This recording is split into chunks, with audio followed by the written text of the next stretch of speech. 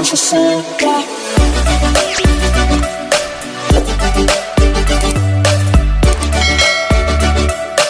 Assalamualaikum warahmatullahi wabarakatuh. Kembali lagi di video saya selanjutnya. Saya Ulfiatus Salihah dari Prodi Ekonomi Syariah 3, NIM 2041050200075. Nah, tetap yang sama di sini saya menanggapi dari Dr. Abdul Wadud Nafis LCMEI tentang pengantar ilmu ekonomi makro. Nah, sebelum pada ekonomi makronya, kita bahas dulu tentang ekonomi. Apa sih itu ekonomi? Ekonomi adalah suatu ilmu sosial yang mempelajari tentang kegiatan manusia yang berkaitan dengan aktivitas produksi, distribusi, dan konsumsi terhadap barang dan jasa. Nah, istilahnya ekonomi berasal dari bahasa Yunani yaitu oikos, yang artinya keluarga atau rumah tangga, dan nomos yang artinya peraturan atau hukum. Nah, itu istilahnya. Selanjutnya, definisi ilmu ekonomi menurut Adam Smith. Nah, ilmu ekonomi adalah sebuah cabang ilmu yang membahas dan mempelajari tentang tingkah laku manusia dan usahanya untuk mengalokasikan atau mengolah segala sumber daya yang memiliki batasan penggunaan untuk mencapai sebuah tujuan tertentu. Nah, itu definisi ilmu ekonomi dari Adam Smith. Jadi, kita perlu adanya ilmu ekonomi ini untuk mengelola sumber daya yang memiliki kebatasan ini. Sangat perlu untuk belajar ilmu ekonomi ini. Selanjutnya adalah pembagian ilmu ekonomi, yaitu ada 3, ada deskriptif, terapan, dan teori. Yang pertama, deskriptif. Deskriptif ini adalah ilmu ekonomi yang memaparkan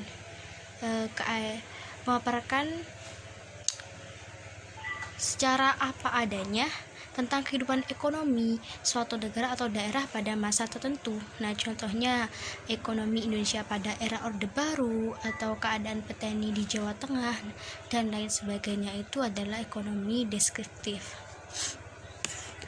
Yang kedua yaitu ekonomi terapan.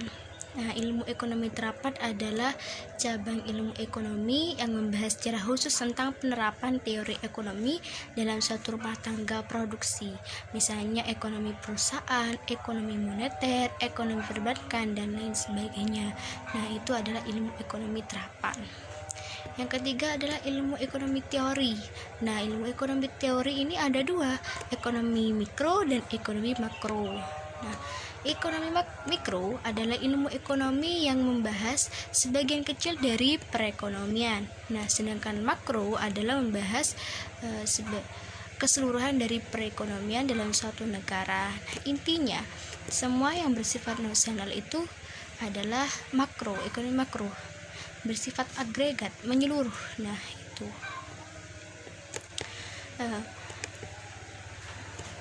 Konsep dasar dalam ekonomi makro yaitu yang pertama ada pendapatan dan pengeluaran, yang kedua ada pengangguran, yang ketiga ada uang dan fungsinya, yang keempat inflasi dan deflasi, dan 5 permintaan agregat dan penawaran agregat, yang keenam keseimbangan IS dan LM.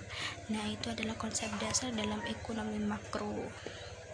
Selanjutnya adalah perbedaan mikro dan makro. Sebenarnya perbedaannya tadi ya, mikro itu adalah sebagian kecil dari perekonomian, sedangkan makro adalah sebagian keseluruhan dari perekonomian satu negara, seperti apa-apa masalah yang ada di satu negara itu semuanya adalah termasuk ekonomi makro, seperti anggaran belanja, pengangguran, pendapatan nasional.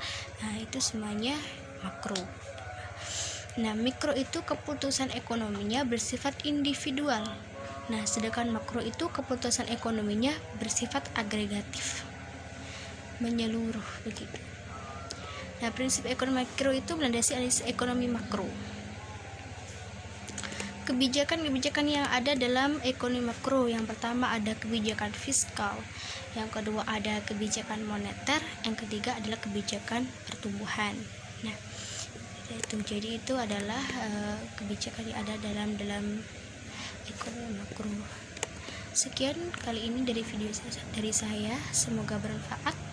Wassalamualaikum warahmatullahi wabarakatuh.